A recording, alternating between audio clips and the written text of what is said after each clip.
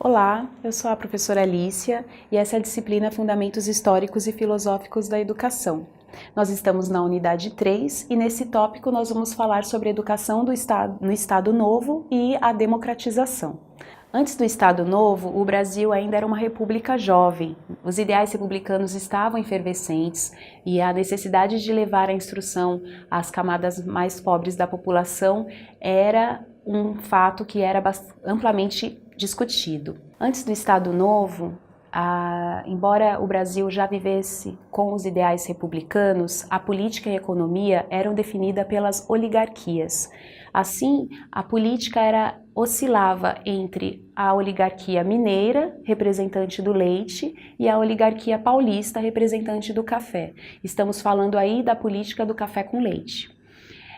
Essas oligarquias que se alternavam no poder ditavam como seria a economia e a organização social do país. Isso não foi visto com bons olhos, principalmente por um líder do Rio Grande do Sul chamado Getúlio Vargas, que contesta essa política e, através da Revolução de 1930, ascende ao poder. As ideias de Getúlio privilegiavam um certo modernismo, e o modernismo para ele viria com a indústria pesada aqui para o Brasil. A indústria pesada precisava formar uma mão de obra que pudesse atender de forma contundente às necessidades desse novo panorama que está sendo instalado.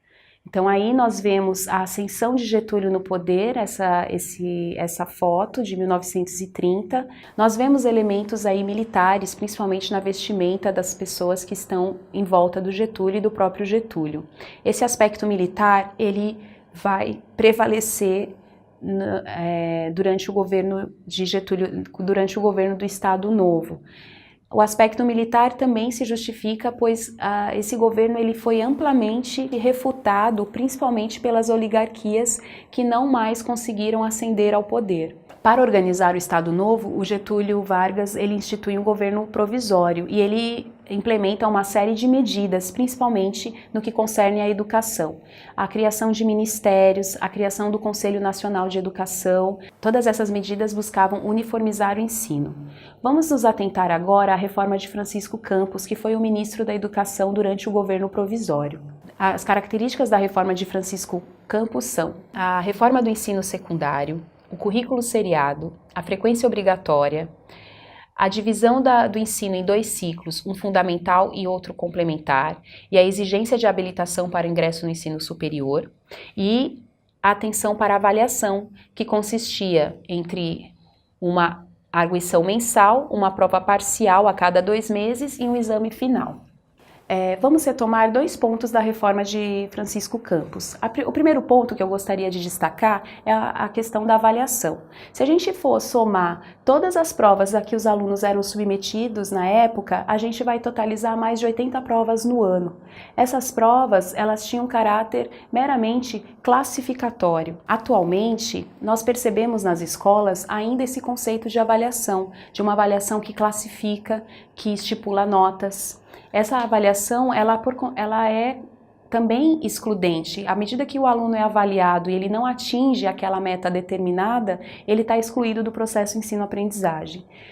Nós precisamos falar da avaliação, nós precisamos discutir uma avaliação que seja contínua e que sirva ao processo ensino-aprendizagem. A partir do momento que você avalia o aluno e entende o saber que ele conseguiu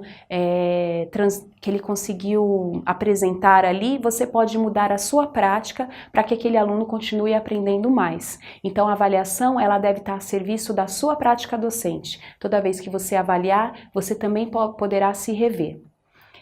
E sobre isso, na apostila, vocês vão ver um texto do Celso Vasconcelos que é bem esclarecedor para que a gente possa pensar a avaliação na nossa prática. Um outro ponto que eu gostaria de destacar é a reforma do ensino secundário. Ao longo do século XX, nós vamos assistir a algumas reformas no ensino secundário e também no ensino primário ou universitário, e essas reformas elas produzem algumas formas de resistência. Em 2016, o governo Temer propôs uma medida provisória que reformaria o currículo do ensino médio, inclusive a sua estrutura. Diante dessa medida provisória, alunos estudantes das escolas secundaristas em todo o Brasil ocuparam as escolas pedindo uma negociação ou pedindo um diálogo para que eles pudessem também participar do processo de implementação da reforma, contribuindo com as suas ideias, com seus pensamentos, com as suas necessidades. Essas ocupações, elas foram aos poucos esvaziadas ou até mesmo reprimidas pela polícia, e nesse bojo de acontecimentos nós vimos a estudante Ana Júlia Pires na Assembleia Legislativa do Paraná proferindo um discurso para os legisladores e dizendo sobre o ponto de vista dos alunos o que seria essa reforma, mostrando o olhar dos estudantes sobre as ocupações e sobre a medida provisória que foi instaurada pelo governo Temer. Atente-se como ela diz que os estudantes se organizaram e o quanto eles aprenderam com esse tipo de organização. Excelentíssimo senhor presidente, excelentíssimos senhores deputados, a todos os demais presentes, boa tarde. Eu sou Ana Júlia, estudante secundarista do Colégio Estadual Senador Manuel Alencar de Guimarães. Tenho 16 anos e estou aqui para conversar com vocês, para falar sobre as ocupações. A minha pergunta inicial é: de quem é a escola? A quem a escola pertence? Eu acredito que todos aqui já saibam essa resposta.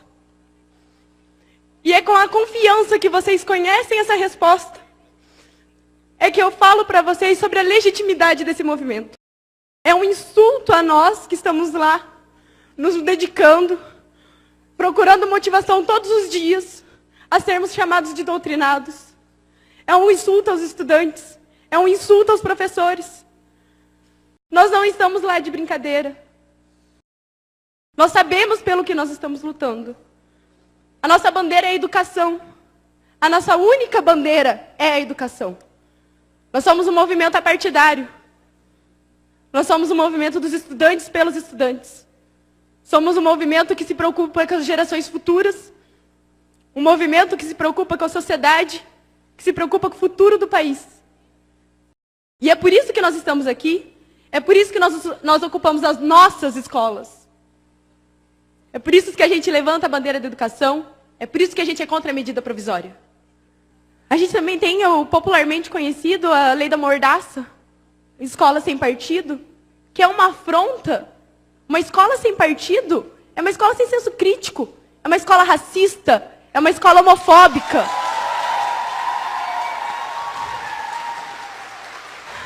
A escola sem partido é falar para nós estudantes, é falar para os jovens, é falar para a sociedade que querem formar um exército de não pensantes, um exército que ouve e abaixa a cabeça. E nós não somos isso. Nós temos uma história, e nessa história a gente luta contra isso. Os colégios do Paraná e do Brasil estão pela educação. Nós não estamos lá para fazer baderna, nós não estamos lá de brincadeira. Nós estamos lá por um ideal. Nós estamos lá porque a gente acredita no futuro do nosso país. Esse país é nosso. Vai ser dos meus filhos, vai ser dos filhos dos meus filhos, e eu me preocupo com esse país. Nós estamos lá por ideais, nós lutamos por eles, nós acreditamos neles. Uma semana de ocupação que nós estamos, nos trouxe mais conhecimento sobre política e cidadania do que muitos outros anos que a gente vai ter dentro de sala de aula. Vamos falar agora rapidamente sobre o ministro da Educação que realmente permaneceu durante o Estado Novo. A gente falou do Francisco Campos, que foi a reforma durante o governo provisório, mas quando o Estado Novo é realmente instaurado, quem assume a pasta da educação é o Gustavo Capanema. Ele introduz o ensino primário de 4 anos e o ensino médio é dividido em 2 ciclos. Com o fim do Estado Novo, depois que forças progressistas começam a questionar o regime fechado que foi implementado pelo governo de Getúlio Vargas, começa-se então a falar de redemocratização. E quando a gente fala de redemocratização, começa-se a pensar também numa escola mais democrática. E a partir de 1946, com a Constituição, Lourenço Filho, aquele que a gente viu lá nas reformas, na reforma do Ceará e que também foi ativo na publicação do Manifesto dos Pioneiros da Educação, começa a se debruçar num projeto de lei de diretrizes e bases para a educação, e esse projeto vai ser debatido ao longo de 13 anos, porque a gente tem setores mais progressistas da sociedade e setores mais conservadores da sociedade que gostariam, que querem opinar sobre o que as escolas vão ensinar para os estudantes. Então, esse debate entre setores progressistas e conservadores, ele perdura durante 13 anos, quando finalmente, em 1961, já no governo de João Goulart, é publicada a nova Lei de Diretrizes e Bases, que é a Lei 4024. Agora você pode ver uma tabela que mostra a evolução das matrículas nas escolas entre 1920 e 1970. Esse aumento das matrículas também pode estar relacionado ao aumento da população jovem daquele ano. É interessante visualizar esse quadro para entender como essas reformas elas perpassam o século e ampliam o atendimento das camadas mais pobres também. E aí a gente vê um crescimento vertiginoso em 1970, né? Em 1970 nós estamos vivendo no período da ditadura militar, que preocupa-se em ampliar, em massificar o ensino. Por meio dessa tabela, a gente vê que essas reformas realmente propiciaram o aumento do número de matrículas nas escolas. Esse aumento do número de matrículas também é proporcional ao crescimento da população jovem naqueles anos.